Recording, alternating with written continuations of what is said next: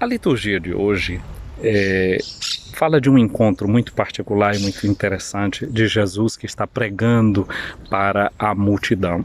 Nós já escutamos no sábado e a liturgia aprofundou no dia de ontem ainda esse mistério do sermão do semeador, a parábola do semeador, e é uma parábola que Lucas retratou para nós para falar da importância de saber escutar.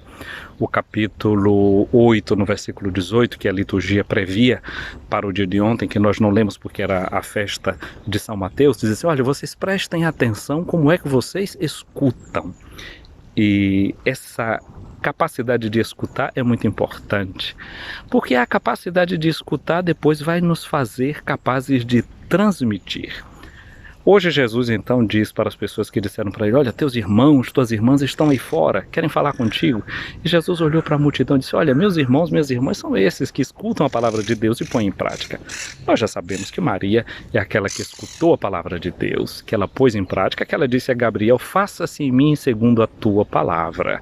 Então ela é alguém que realmente acolhe a palavra e põe em prática. Ela é alguém que sabe como é que escuta, se decide pela palavra que escuta. Então, com esse evangelho de hoje, Jesus está dizendo que eu e você, nós podemos ter a graça de sermos irmãos dele, porque no ventre de Maria ele foi gerado pela força do Espírito Santo. É uma realidade espiritual que fez com que ele fosse filho realmente de Maria. Assim como eu e você, nós somos realmente seus irmãos. No juízo final, Jesus vai dizer assim: olha, vocês vão entrar no reino do céu ou não vão entrar nele, porque eu tive fome e você me deste de comer. Mas Senhor, quando foi que aconteceu isso? Você teve fome, eu teve sede e eu te ajudei, ou não fiz isso? Dirão aqueles que não foram aprovados para entrar no reino. E ele vai dizer: toda vez que vocês fizeram isso ao menor dos meus irmãos. Portanto, nós somos irmãos de Jesus de verdade. E a gente pode ajudar que outros sejam irmãos de Jesus também de verdade. E Jesus disse: minha mãe. Sim, olha só como São Paulo, por exemplo, entendeu isso muito bem. Ele evangelizou a comunidade de Corinto. Então, na 1 Coríntios, capítulo 4, versículo 15, ele vai dizer para os coríntios: vocês podem ter muitos professores, mas só eu posso ter essa alegria de dizer que gerei vocês para a fé. Ele vai dizer aos cristãos da comunidade da Galácia, na carta aos Gálatas, capítulo 4, versículo 19, ele vai dizer: eu estou sofrendo as dores de parto para poder gerar Cristo em vós. Olha aí, a gente pode continuar essa mesma maternidade de Maria, agora de uma maneira espiritual. Podemos tornar-nos mãe de Cristo, já que somos seus irmãos e suas irmãs, na medida que a gente se torna um evangelizador, na medida que a gente se torna uma evangelizadora. Uma pergunta para você pode ser essa: hoje, como é que você quer gerar Cristo no coração de algum irmão e de alguma irmã? Que testemunho você quer dar para essa pessoa? Ser pai, ser mãe, ser irmão, é tomar cuidado. De quem é que você quer cuidar hoje? Na fé, na caridade, no amor. Lembra que Jesus vai dizer: quem cuidou do menor dos meus irmãos, cuidou de mim mesmo. Então o dia de hoje é um dia que nos faz pensar na fraternidade entre nós. Eu sei que tem gente que fica confundido diante desse evangelho, pensando assim: então quer dizer que Jesus teve outros irmãos e outras irmãs?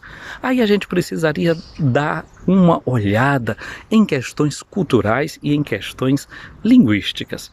Por exemplo, quem usa a língua inglesa vai dizer assim que I am 10 years old. Eu sou 10 anos velho. A gente em português não vai dizer isso. Afinal de contas, com 10 anos ninguém é velho. É uma criança ainda. Mas a palavra velho ali significa idade. Olha só, a gente tem que aprender a forma certa de traduzir essa palavra. Então, na língua alemã, por exemplo, a gente ouve a palavra Großvater, o pai grande. Não, a gente traduz isso como avô. Portanto, são palavras que devem encontrar a justa expressão na língua que a gente está falando hoje. Eu conheci Dona Clarice com as suas filhas e a mãe de Dona Clarice. As filhas de Dona Clarice, em vez de dizer vó, elas chamavam a mãe de Dona Clarice de mãe véia. Era mãe velha. Mãe velha. Duas palavras para falar de uma palavra só que a gente chama hoje de avô. avó, pai velho, são expressões da língua que, se não tivermos cuidado pode atrapalhar a comunicação. Ali, naquele caso de Jesus, com essa palavra irmãs e irmãos, o que está querendo dizer é que são parentes muito próximos. Mas nós que escutamos essa palavra e agora já sabemos que ele significa parente muito próximo, o que nós temos é que nos alegrar que a gente, do ponto de vista do parentesco físico, somos distantes de Jesus, mas de verdade nós somos espiritualmente muito próximos dele, dela Maria. Somos seus irmãos e somos nesse sentido também filhos dela, porque na cruz ele não mais apontou para a multidão dizendo assim: aqui estão os meus irmãos e as minhas irmãs, mas a todos os seus irmãos e suas irmãs, através do discípulo amado, ele disse: aqui está a tua mãe. Então, no dia de hoje, olhamos para aquela que soube acolher a palavra em seu coração e pedir a ela que possamos nutrir essa palavra em nós.